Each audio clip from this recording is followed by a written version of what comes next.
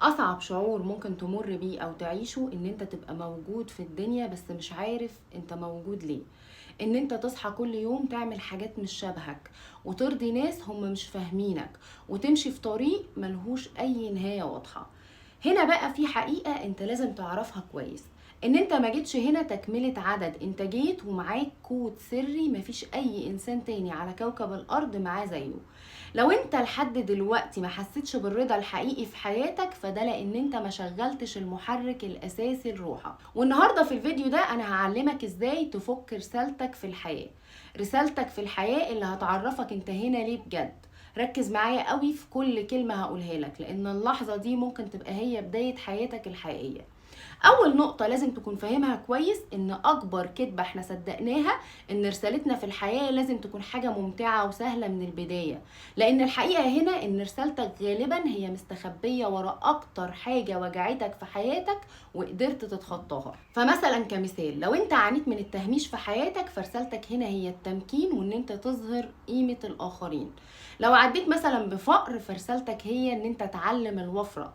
شوف الوجع اللي انت عديت بيه ده ما كانش عقاب ليك، ده المختبر اللي بتنور فيه شمعتك. تاني حاجة عايزاك تعملها تمرين بسيط، التمرين ده اسمه تمرين الدقيقة الواحدة. مهمة التمرين ده ان انت تتواصل مع روحك. هتغمض عينك لثانية واحدة وتفتكر اكتر حاجة انت بتعملها وبتنسى فيها الاكل والشرب والموبايل والوقت، الحاجة اللي هي بتخليك في حالة فلو او سريان، كأن الزمن وقف بيك. سواء بقى مثلا الحاجة دي كانت ان انت تكتب، ان انت ترسم، ان انت تتكلم، ان انت تسمع الناس التانية، ان انت تحل المشاكل. اهو بقى الحاجة اللي بتخلي روحك تغني وانت بتعملها دي هي دي اللي فيها بصمتك الخاصة بيك. دي مش مجرد هواية زي ما انت فاكر، ده امر تكليفي من روحك بيقولك ان المسار ده هو اللي هيتفتح لك فيه كل ابواب الخير والرزق ليك.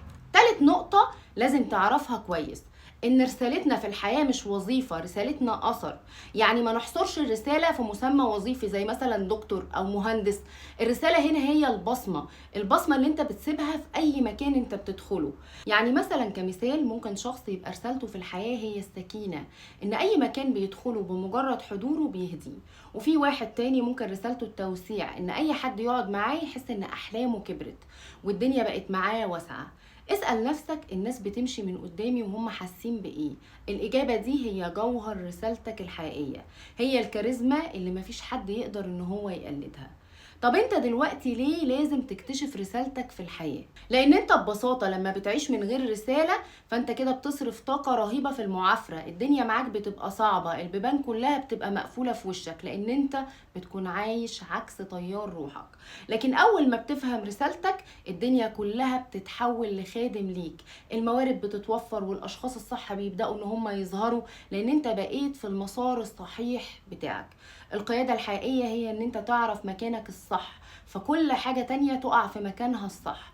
لو انت لسه حاسس ان الصوت الداخلي بتاعك واطي وان الدوشة اللي حوالين منك مخلياك مش شايف الجوهر بتاعك اللي جواك فانت محتاج تشتغل على نفسك. وتقدر كمان ان انت تتواصل تسأل عن جلسة فك الرسالة الشخصية، بنشيل فيها طبقات الخوف والبرمجة القديمة عشان نطلع النسخة اللي جيت الدنيا عشانها، النسخة القوية، النسخة الواثقة، النسخة الواضحة. تقدر تتواصل عبر الرقم الموجود على الشاشة او الرقم الموجود في البايو.